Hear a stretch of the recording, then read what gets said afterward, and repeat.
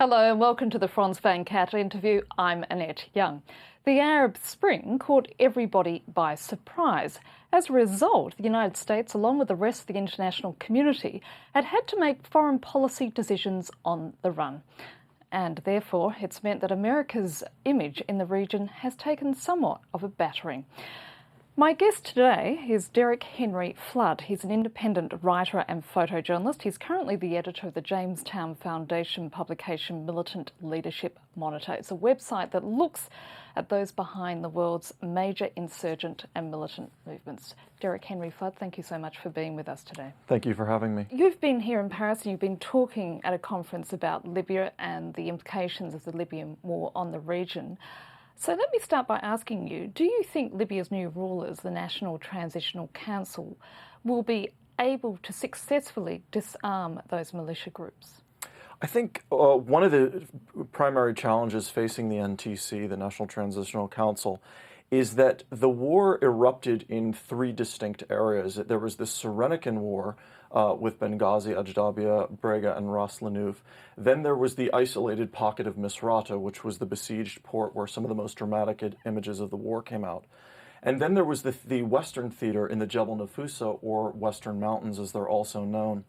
Because of this, the fighting groups that were battling the Gaddafi regime were operating independently, and it's therefore difficult to get all of these groups to form a cohesive national fighting force. And the International Crisis Group has estimated that there's somewhere in the order of 100 or so of these militias and something like 125,000 armed Libyans. I mean, that's an extraordinary large number of people to disarm, isn't it? It's quite a large number, and each town and village had their own military council, their own respective fighting group. And I saw, for example, an offensive around the town of Nalut in the Jebel Nafusa mountain range in late July, that there were Arab groups and there were Berber groups that really were not keen on fighting together side by side. And it became clear to me that the different ethno-linguistic groups had their own agendas. And we've seen this play out in the recent conflict around the Tripoli airport, where Khalifa Haftar, who's the head of the NTC's ground forces, has been clashing with Zintani forces, Arab forces from the town of Zintani. So do you think they'll be able to disarm them? What will it take for that to happen? I think it's going to take the NTC to try and exert a certain amount of heavy-handedness over some of the more unruly militias. How they're going to do that, it really at this point is not clear, because the NTC is not itself is not a particularly political cohesive body.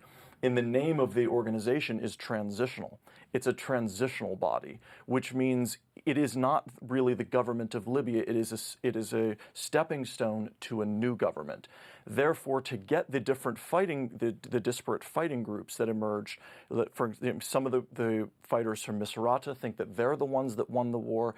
The ones that entered Tripoli think that they're the most important. There are a lot of egos involved and a lot of different players. So what are the consequences of this on the region as such? Part of the consequences of the Libyan conflict are many. One is the massive degree of arms. I worked in Libya 2 different times this year, and I can tell you that never in my time spent in Iraq or Afghanistan have I seen so many weapons. The amount of munitions that are floating around Libya and what Gaddafi built up over 42-odd years of rule is absolutely incredible.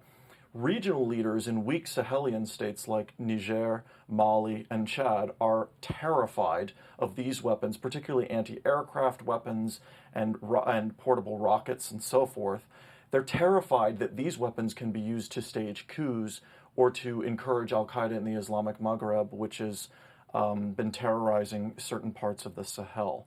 So the security challenges, the porous borders, the undergoverned spaces of the Sahel, it's quite a complex scenario that has unfolded. There is also the issue of the migrants and migrant workers and the massive migrants turned refugees who fled to Tunisia, Egypt, and so forth. So watching all of this, of course, is Washington, and obviously with a great degree of worry, given the concerns that you've just outlined. But having said that, they've been very much on the back foot on all of this, haven't they?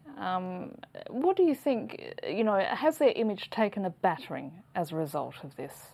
I think one of the key problems for decision makers in Washington is that they were behind the curve on a lot of the processes that were taking place. And obviously they wanted to be on the right side of history, but they only want to do so when a tipping point. It seemed that they may want to do so when a tipping point's been reached. So we've seen this in Egypt, and we've, where they dragged their feet, didn't they? They dragged their feet. We were for Mubarak until we were against him.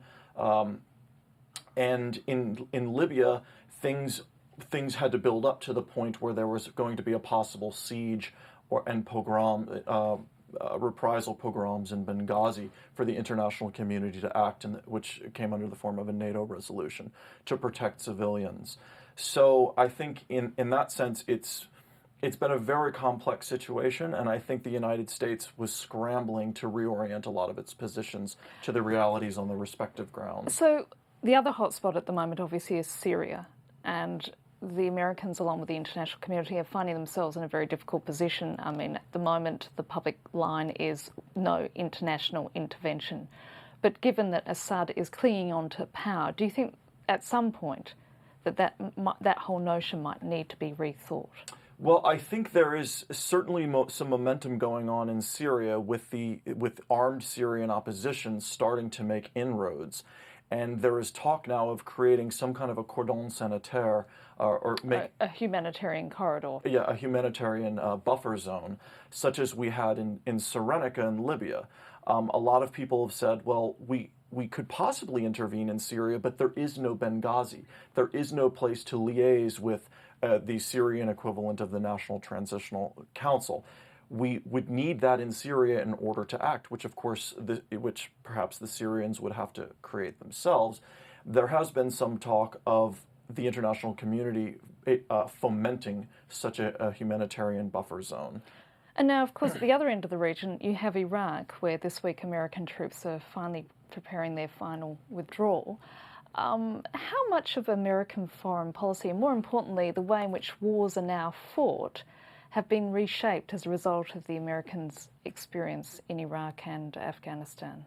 Well, I think Iraq and Afghanistan, I wouldn't lump them together because they were fought very, very differently. The Afghan conflict was started with the full backing of the international community, and there was a lot of integration, at least diplomatically and politically, in the West, versus Iraq, where the West was divided against itself. You had the Franco-German and Belgian alliance. But the thing about that they both share is the fact of boots on the ground, and that's something which we didn't see in Libya, and now with Syria, it possibly leads to other ways of fighting, doesn't it? An alternative conflict as such. Well, there are boots on the ground. There are Libyan boots on the ground in Libya, and there are Syrian boots on the ground in Syria.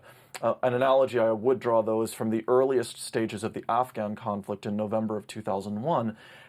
Although there were small amounts of American special forces and American soldiers on the ground, most of the boots on the ground were actually Afghan sneakers and flip-flops.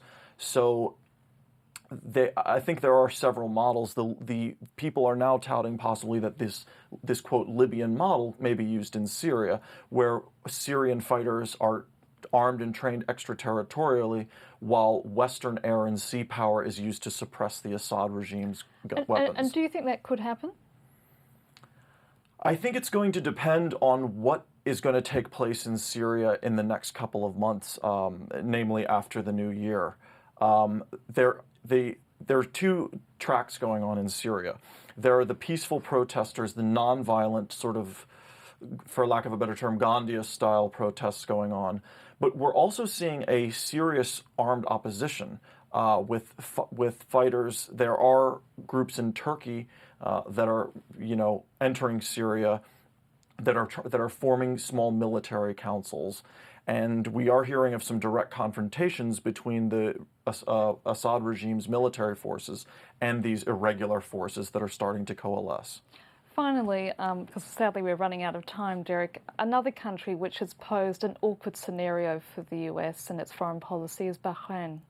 And the allegations that Iran has been behind the Shiite protest movement. In terms of what the Americans are doing there, do you feel that they've bungled it as such, or could they have approached it better? I've been in touch with a couple of members of the Bahraini human rights community, some of whom I've interviewed for articles previously this year. And I can tell you that they were hoping that the United States was certainly going to do more. But they don't live in a vacuum, and they're also realists, and they understand that the U.S. basing rights in Bahrain are very important to the United States offshore balancing in the Persian Gulf, especially ironically when it comes to Iran.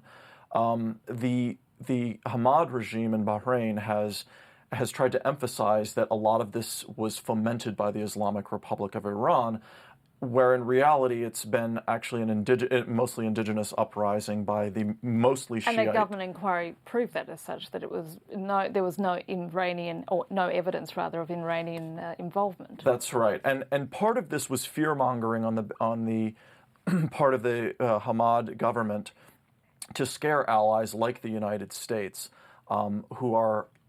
who've been having a lot of issues dealing with Iran and its nuclear ambitions. So Iran has acted for many GCC members, Gulf Cooperation Council members, as sort of a boogeyman in the Persian Gulf to keep the United States there, to keep the U.S. involved and engaged, and which they believe would help ultimately stabilize their regimes. Derek Henry Flood, I'm afraid that's all we have time for. Thank you so much for being with us. And that's it for this edition of the Frans van Kat interview. Stay tuned for more news and headlines, which are coming up very shortly.